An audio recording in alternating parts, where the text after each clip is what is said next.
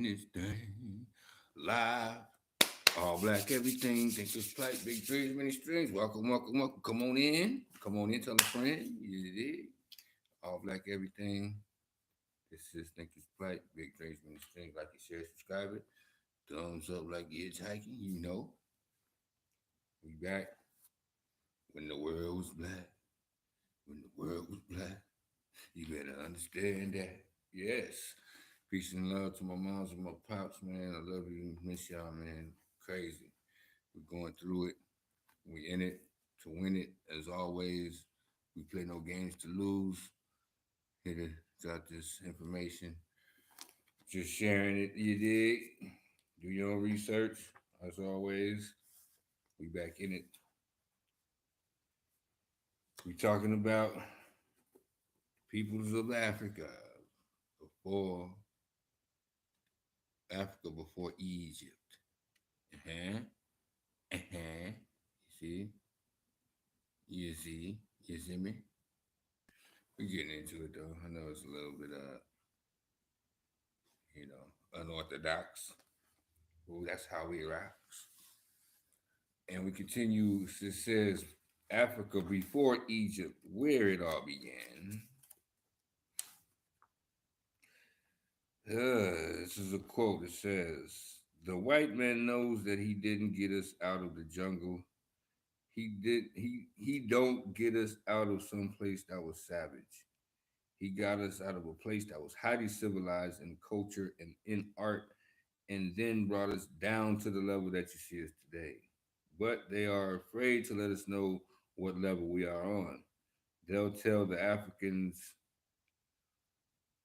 because they know the Africans know it, but they don't want you and me to know it because the first thing you and I would start asking them is, what did you do to us? And if you find out, then you'll want to do it to them or to him." That's a quote by Malcolm X. They're always afraid of that retribution, as they should be. But we don't even operate like that. And we continue. It says, "When's the last time that you saw Africa on TV? What did they show? Chances are they weren't doing the feature on Africans living in big cities like Nairobi, Accra, Lagos, or Durban.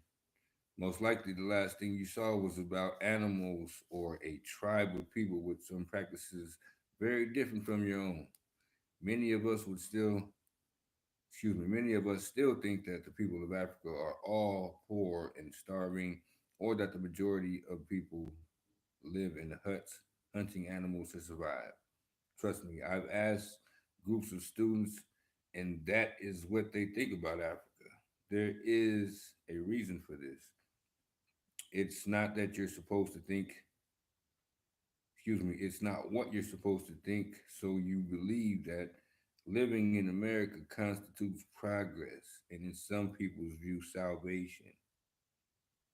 Huh.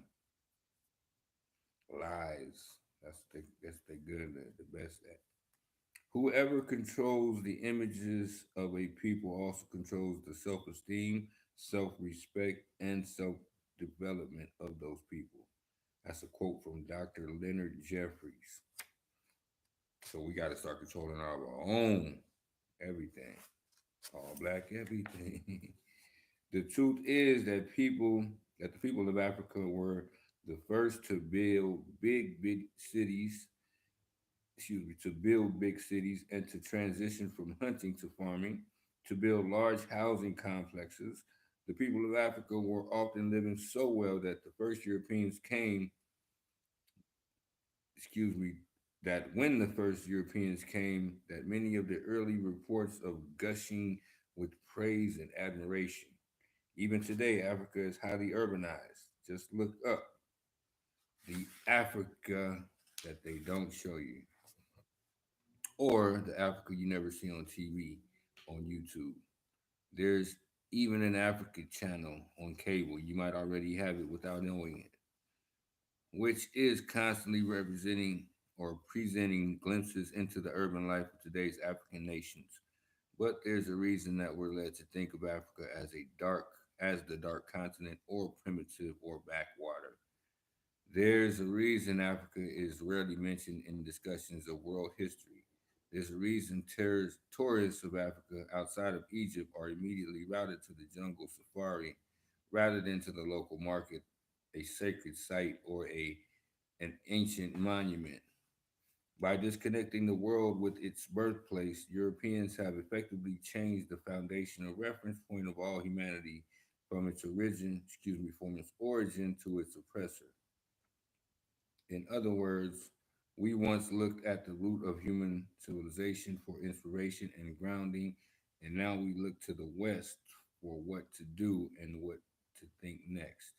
None of this is accidental, not at all. And this is a rundown of the chapter. What did you learn in this chapter? Why Africa is so deeply ignored in discussions of history?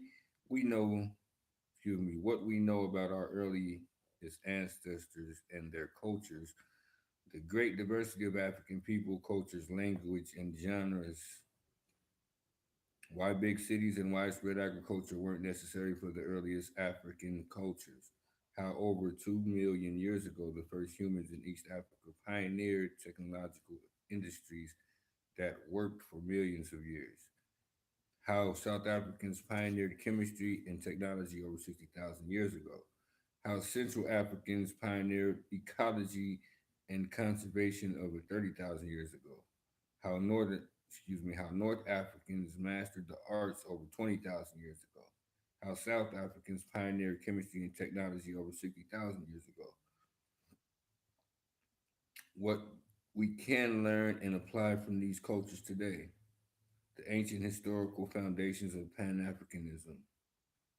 What about Africa?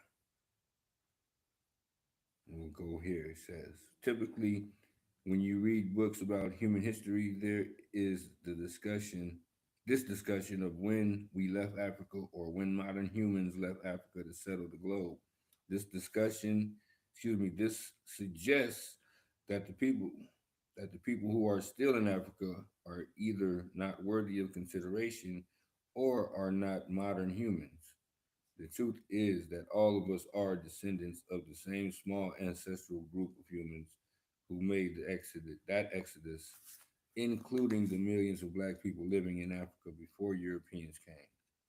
But if you leave that part unsaid or unexplained, it does give off the impression that Native Africans and their descendants are not a part of the human history. I think we're going to leave it right there. That's a great place to end. And we're going to continue to see how these colonizers twisted up history and humanity and lies, the usual.